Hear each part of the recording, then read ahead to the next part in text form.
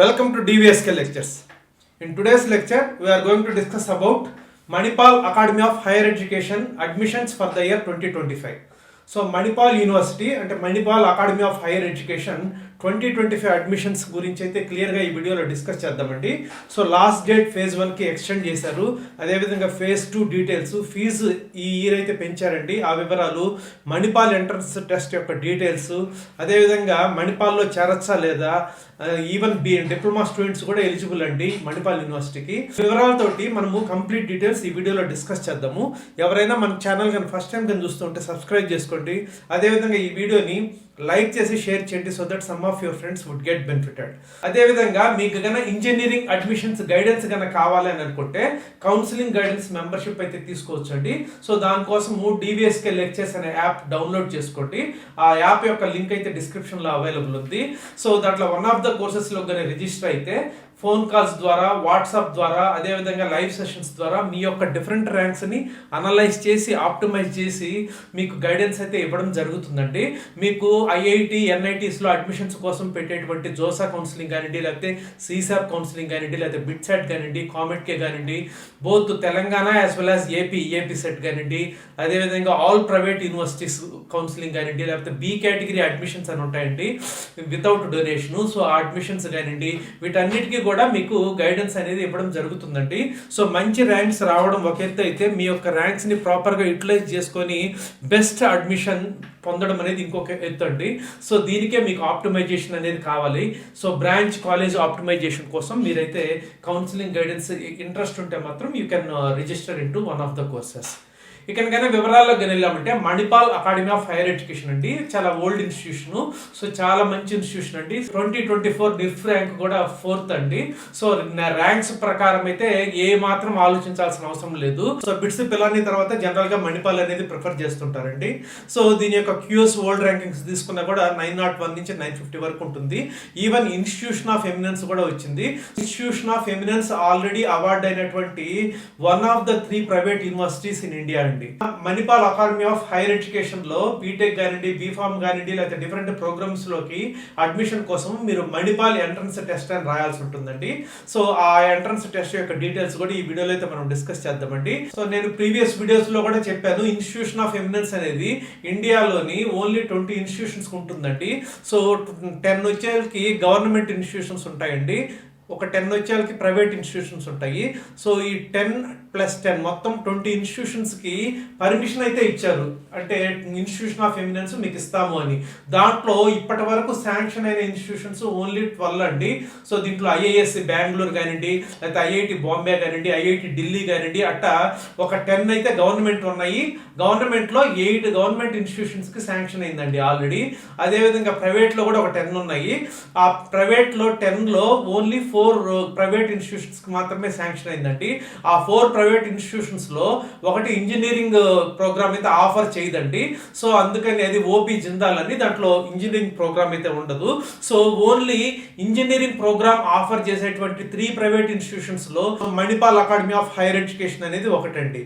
So ఆ point అయితే మీరు గుర్తు పెట్టుకోవాలి. సో ఫ్యూచర్ లో ఇది is going to be very good tag, ఎందుకంటే ఇండియాలో మీకు మొత్తము ఓన్లీ 20 ఇన్స్టిట్యూషన్స్ మాత్రమే ఉంటాయి. సో గవర్నమెంట్ ఇన్స్టిట్యూషన్స్ కి ఏవైతే already institution of eminence tag sanction ఉందో వాటికి 1000 crores గవర్నమెంట్ ఇస్తుందండి. సో ప్రైవేట్ ఇన్స్టిట్యూషన్స్ కి మాత్రం వీళ్ళే పెట్టుకోవాలి. బట్ ఇవన్నీ కూడా పెద్ద ఆర్గనైజేషన్స్ కాబట్టి ఇబ్బంది ఉండదు. సో ఆల్రెడీ బిట్స్ పిలానికి శాంక్షన్ అయింది, అదేవిధంగా Manipal academy of higher education కి శాంక్షన్ అయింది, అదేవిధంగా శివనాడార్ యూనివర్సిటీకి కూడా శాంక్షన్ అయిందండి. So only 3 private universities have been sanction. ఇంకొక 6 ఇన్స్టిట్యూషన్స్ సెలెక్ట్ చేశారు కానీ ఎట్ టు బి శాంక్షన్. 2018 లో లిస్ట్ రిలీజ్ అయితే ఇంతవరకు అంటే దాదాపు 9 years లో ఇంకా 6 ఇన్స్టిట్యూషన్స్ కి శాంక్షన్ కాలేదండి ప్రైవేట్ సెక్టర్ లో. సో ఆ విధంగా చూసినా కూడా ఇది బ్రహ్మాండమైన ఇన్స్టిట్యూషన్.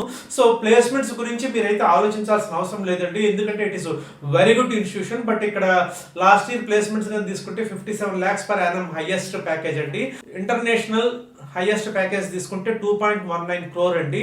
హైయెస్ట్ స్టైఫండ్ తీసుకుంటే 60,000 per month అండి. సో 57 lakhs per annum ఉంది. వీటిలో అయితే 1 crore ఉంటుంది, లేకపోతే SRM లో 1 crore ఉంటుంది అనేసి పోయి ఆ ఇన్స్టిట్యూషన్స్ లో చేరకండి. సో ప్లేస్మెంట్స్ అనేది secondary parameter to be considered.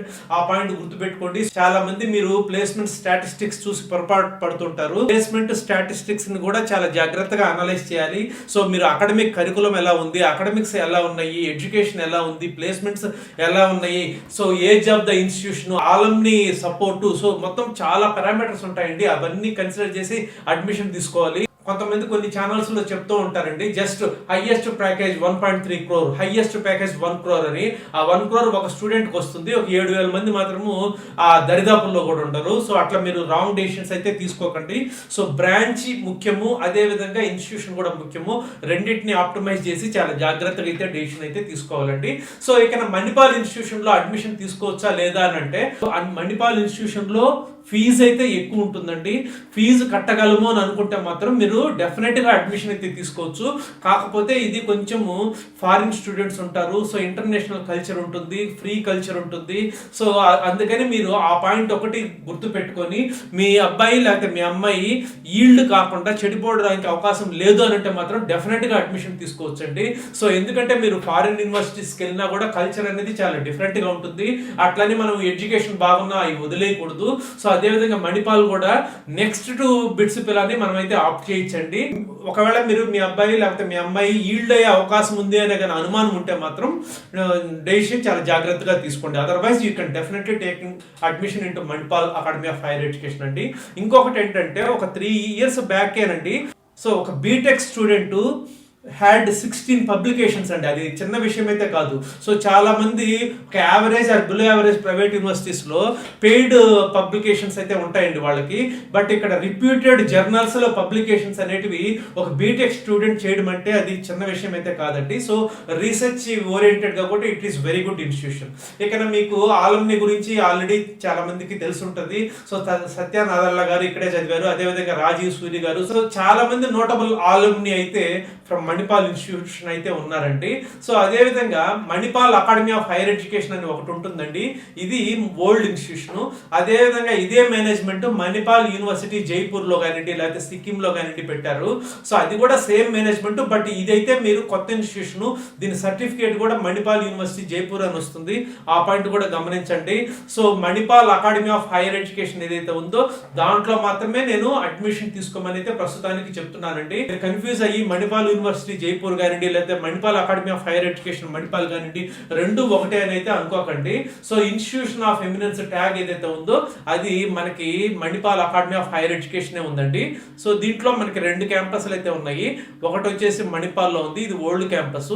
ఇంకోటి వచ్చేసరికి బెంగళూరులో ఉందండి. సో ఈ 2 క్యాంపస్లు మాత్రమే Manipal academy of higher education, దీన్ని మహే అంటారు. సో మహే కిందకి వస్తాయి. సో మీకు సర్టిఫికేట్ కూడా Manipal academy of higher education అయితే ఇస్తుందండి. ఆ పాయింట్ గమనించి చాలా జాగ్రత్తగా అడ్మిషన్ అయితే తీసుకోండి. ఇక నా మణిపాల్ ఇన్స్టిట్యూట్ ఆఫ్ టెక్నాలజీ మణిపాల్లో ఏదైతే ఉందో అది కానివ్వండి లేకపోతే బెంగళూరులో ఏదైతే ఉందో అది కానివ్వండి, వాటిలో అడ్మిషన్ తీసుకోవాలంటే బీటెక్ లోకి మీకు ఎలిజిబిలిటీ వచ్చేకి 10+2 ఆర్ ఇంటర్, మ్యాథ్స్ ఫిజిక్స్ కంపల్సరీగా చదివి ఉండాలండి. అదేవిధంగా 50% గ్రూప్స్లో అయితే ఉండాలండి. సో ఇక అడ్మిషన్ ప్రాసెస్ అయితే ఇంతకు ముందు బిఫోర్ ఇయర్ వరకు అయితే just Manipal entrance test score మీదనే ఇచ్చేవాళ్ళండి. లాస్ట్ ఇయర్ నుంచి అయితే మార్చారండి. So 50% of the weightage Manipal entrance test score కి ఇస్తారండి. 50% of weightage inter or 10+2 marks ఇస్తారండి. సో ఆ ఇంటర్ మార్క్స్ లో కూడా maths, physics, chemistry and English ఆ 4కి అయితే ఇస్తారండి. సో దాని ప్రకారం ర్యాంకింగ్ అనేది ఇచ్చి ఆ ర్యాంక్స్ ప్రకారం అడ్మిషన్ అయితే ఇవ్వడం జరుగుతుందండి. ఇక లేటరల్ ఎంట్రీ అడ్మిషన్స్ కూడా ఉన్నాయండి. అంటే డిప్లొమా స్టూడెంట్స్ కానీ లేకపోతే బీఎస్సీ డిగ్రీ కంప్లీట్ చేసిన స్టూడెంట్స్ కానివ్వండి ఎలిజిబుల్ అండి. వాళ్ళకైతే 45% మార్క్స్ ఉంటే సరిపోతుందండి అగ్రిగేట్. సో బీఎస్సీ వాళ్ళు అయితే కంపల్సరీగా మ్యాథ్స్ అయితే చదివి ఉండాలండి. సో అదేవిధంగా ఆన్లైన్ అప్లికేషన్ కోసము అప్లికేషన్ ఫీ 600 రూపీస్ ఉంటుందండి. ఎంట్రన్స్ టెస్ట్ ఫీ వచ్చేసరికి 1400 రూపీస్ ఉంటుంది. మొత్తం ఒక 2000 రూపీస్ ఉంటుందండి. సో ఫేజ్ 1 కి లాస్ట్ డేట్ మార్చి 15th వరకు ఉండింది, బట్ ఇప్పుడు ఇది ఎక్స్టెండ్ చేశారండి. సో 31st మార్చ్ 2025 వరకు ఉందండి. మీరైతే ఇప్పుడు అప్లై చేసుకోవచ్చు అండి. ఫేజ్ 2 కూడా ఉంటుంది. సో ఫేజ్ 1 రాయండి, ఫేజ్ 2 రాయండి. నేను ప్రతి వీడియోలో కూడా చెప్తుంటాను. సో రెండిట్లో రాస్తే మీకు బెస్ట్ తీసుకుంటారు కాబట్టి ఒక్కొక్కసారి మనకి అదృష్టం కూడా కలిసి వస్తుంది. సో ఇక ఎంఈటీ షెడ్యూల్ కానీ తీసుకుంటే 15th మార్చ్ 2025 ఉండింది లాస్ట్ డేట్. అది ఇప్పుడు 31st మార్చ్ 2025 వరకు మార్చారు. So second week off June అయితే మీకు కౌన్సిలింగ్ అయితే ఉంటుందండి. అదేవిధంగా phase 1 18th April 19th April exam జరుగుతుందండి. అదేవిధంగా ఫేజ్ 2 వచ్చేసరికి 12th మే 2025 ఎగ్జామ్ జరుగుతుంది. సో రెండు ఫేజ్లు అయిన తర్వాతనే ర్యాంక్స్ అనేటివి రిలీజ్ చేస్తారు, తర్వాతనే మీకు కౌన్సిలింగ్ అయితే ఉంటుందండి. ఇక మణిపాల్ ఎంట్రన్స్ టెస్ట్ ప్యాటర్న్ కానీ తీసుకున్నామంటే 2 hours ఉంటుందండి ఎగ్జామ్. మల్టిపుల్ చాయిస్ క్వశ్చన్స్ ఉంటాయి, అదేవిధంగా న్యూమరికల్ ఆన్సర్ టైప్ క్వశ్చన్స్ కూడా ఉంటాయండి. మ్యాథ్స్ లో తీసుకుంటే 15 MCQs ఉంటాయి, 5 NAT క్వశ్చన్స్ ఉంటాయండి. ఫిజిక్స్ లో తీసుకుంటే 10 MCQs ఉంటాయి, 5 NAT క్వశ్చన్స్ ఉంటాయి. కెమిస్ట్రీలో తీసుకుంటే 10 MCQs, 5 NAT క్వశ్చన్స్.